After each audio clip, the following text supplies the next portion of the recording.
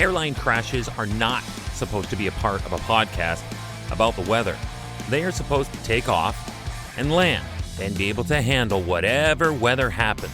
But that is not the real world, is it? Hi, I'm Chris May, host of This Day in Weather History, a podcast from the Weather Network in Canada. Now, I say in Canada, specifically because this podcast covers stories from all over the world. And for today, we're in the Middle East, and takeoff happened in Iran on this day in weather history. It was not a bad day weather-wise on takeoff, but things changed fast and for the worse. We are back in the year 2001, and this Faraz Keshem Airlines Yak 40 was a short-haul tri-jet that was on its way to Gorgan Airport from Tehran Mehrabad Airport in Iran.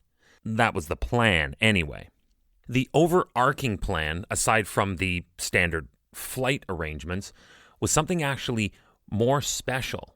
And this flight was the linchpin in that destiny. I'm getting to it. Those aboard were part of a delegation to inaugurate the opening of the final destination, that Gorgan Airport, according to Golestan Province Governor Ali Asghar Ahmadi. This flight had those on board who would effectively land and thus signal the opening of a brand new airport. Then the inauguration would follow right there on the tarmac. Yeah, this story gets more tragic when you factor in that detail. So this flight did take off successfully from Tehran Mehrabad Airport about 6:45 in their otherwise clear morning, proceeded northeast to the Gorgan Airport with a crew of 5. There were 25 passengers. Among the passengers was Iran's Transportation Minister Ramin Dadman, along with an assortment of other high-ranking ministry staff, as well as 6 members of parliament. That made 30 people on board.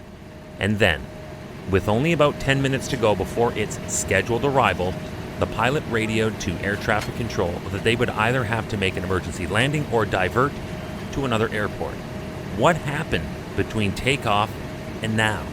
That's next. But first, remember that this day in weather history can be enjoyed a number of ways. Right now, you are listening to the full version of today's story on your favorite podcast provider, but there is also the daily podcast video short. They are shot right here in my podcast recording studio, so you get that perspective, and oftentimes they will include visuals from that day's event, from when it happened, in weather history. So after listening to the full story, go check out the podcast video short on television or online anytime at theweathernetwork.com/weather history.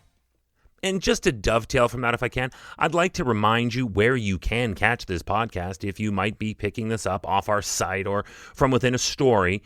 You can look up or ask for This Day in Weather History, wherever you normally listen to your favorite podcasts, including Apple Podcasts, Google Podcasts, Spotify, Amazon Alexa, and now every day on yahoo.ca. The Faraz Keshem Airlines Yak 40 suddenly found itself flying through what had become rapidly deteriorating weather conditions, to say the least. The rain got real heavy, real fast. But then it was struck by a bolt of lightning, and that was suspected to have possibly knocked out its navigational equipment. It was announced at around 7:45 that very same morning, only 1 hour after takeoff and only 10 minutes from landing and celebration, that the aircraft crashed in a heavily forested section of the Alborz Mountains, 13 miles southeast of the city of Sari, between Gorgan and Shahrud. All 30 on board were killed. There were no survivors on this tragic day in weather history.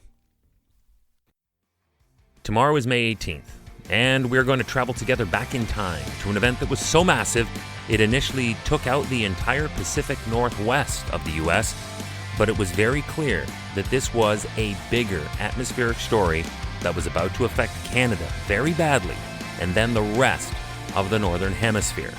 Originally standing an impressive almost 10,000 feet tall in the Cascade Mountains, this volcano had not experienced an active period since the years between 1831 and 1857.